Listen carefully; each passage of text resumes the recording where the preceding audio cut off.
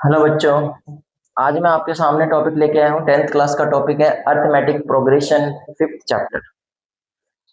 बच्चे बहुत कह रहे थे कि अर्थमेटिक प्रोग्रेशन पे वीडियो बनाओ, तो मैं अर्थमेटिक प्रोग्रेशन को आपके लिए इतना इजी कर दूंगा, 2 वीडियो में मैं चैप्टर क्लियर कर दूंगा।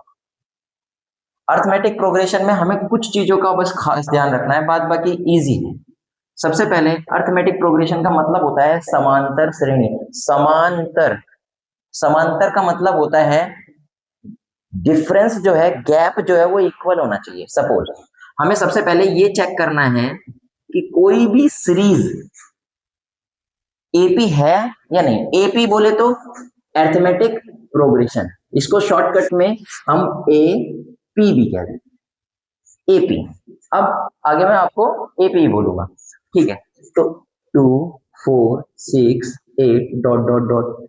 अब हमें दिख रहा है कि 2 4 6 8 2 4 6 8, इसमें जो गैप है वो इक्वल है। तो अगर मैं आपसे कहूं, जैसे छोटे बच्चे करते हैं कि इसका अगला टर्म क्या होगा, 2 4 6 8, तो हमें सबको पता होगा कि इसका अगला टर्म 10 है। ये हमें क्यों पता चला? क्योंकि हमें डिफरेंस बराबर पता चल रहा है। और अंडरस्टूड है, जब इन सब में दो दो जुड़ता जा रहा है तो डेफिनेटली इसमें भी दो ही जुड़ेगा। इसका मतलब इसका जो डी, डी फोर डिफरेंस, ठीक है, क्या है? 2 है, जो कि बराबर है, सभी टर्म्स के लिए बराबर है। तो इसे हम एपी सीरीज कह देंगे। ये जो है वो एपी सीरीज है। लेकिन इसी चीज को अगर हम 2 4 6 8 को रीराइट कर लेते हैं, तो इस सीरीज में किन किन चीजों को हमें जानना है जो हमारे काम, तो ये हमारा A1 होता है, इट मींस फर्स्ट टर्म। ये हमारी A2 होती है, इट मींस सेकंड टर्म। ये हमारी A3, ये हमारी A4, इसी तरीके से अप टू सो एन, AN तक। ये AN यानी कि लास्ट टर्म, इसको क्या कह देते हैं?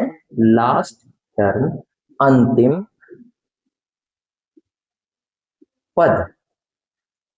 पहचान हो गई। डिफरेंस डी निकालने के लिए हमेशा बाद वाले टर्म में से पहले वाली टर्म को माइनस कर देना है। सपोज A2 में से A1 को माइनस करेंगे तो हमें गैप निकल के आ जाएगा। It means 2 4 minus 2 is equal to 2। अगर हमें A3 माइनस A2 करना है तो क्या निकल के आ जाएगा? 6 माइनस 4 इज इक्वल टू 2। हम देख रहे हैं कि यहाँ पर सभी जगह गैप बराबर आ रहा है, इसका मतलब ये एपी सीरीज है। तो जैसा कि पता है, अब हम इसमें एक क्वेश्चन सोल्व कर लेते हैं। A55 टर्म, A55 टर्म को एक्सप्लेन करने के लिए हमें एक छोटा सा फॉर्मूला अप्लाई करना पड़ेगा, AN वाला। AN बोले तो लास्ट टर्म। अब लास्ट टर्म AN बराबर क्या हो जाएगा? A plus N minus 1 into में D। ये छोटा सा फॉर्मूला अप्लाई करते ही हमारी सारी प्रॉब्लम्स रिजॉल्व हो जाएंगी AP से रिलेटेड। तो AN नंबर ऑफ टर्म कितने दिए? 55, तो यहाँ पर हम A55 लिख लेंगे। N जहां पर मिलेगा वहां पर 55। A फर्स्ट टर्म हमें पता है 2, तो first term 2 plus N minus 1, 54 minus 1, 55 minus 1 into में D की जगह पे क्या आ जाएगा? 2, क्योंकि हमें पता है कि D की वैल्यू भी 2 है। 54 इंटू 2, 54 2 जा 108, 2, ये कितना आ गया टोटल? 108।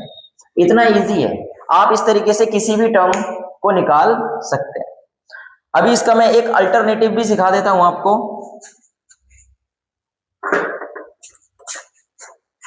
इसका अल्टरनेटिव क्या होगा?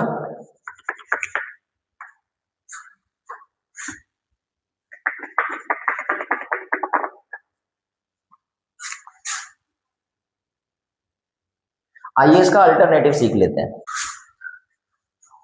इसका शॉर्टकट मेथड भी है, वैसे शॉर्टकट कुछ नहीं है, यही है, बस इसको थोड़ा सा छोटा करते हैं। सपोज हमें A55 टर्म निकालनी है, सपोज हमें A55 टर्म निकालनी है, फाइंड करनी है। तो अब हम क्या करेंगे?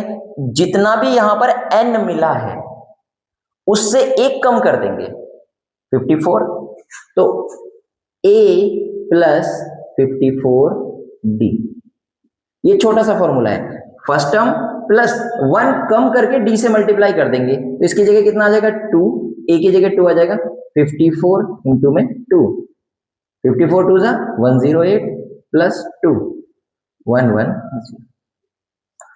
आशा करता हूं आपको ये पूरा समझ में आ गया होगा और आप लोग अपनी 5.1 5.2 एक्सरसाइज सोल्व करें। आपको जोन सा भी क्वेश्चन समझ में ना आए कमेंट सेक्शन में क्वेश्चन नंबर डाल देंगे, मैं अगली वीडियो उस क्वेश्चन पर बना दूंगा। मेरी मेहनत, मेरी कोशिश सिर्फ ये है कि इस साल 2026-27 में आप लोग अच्छा स्कोर करें और अपने माँ बाप का और मेरा भी नाम रोशन करें। Thank you.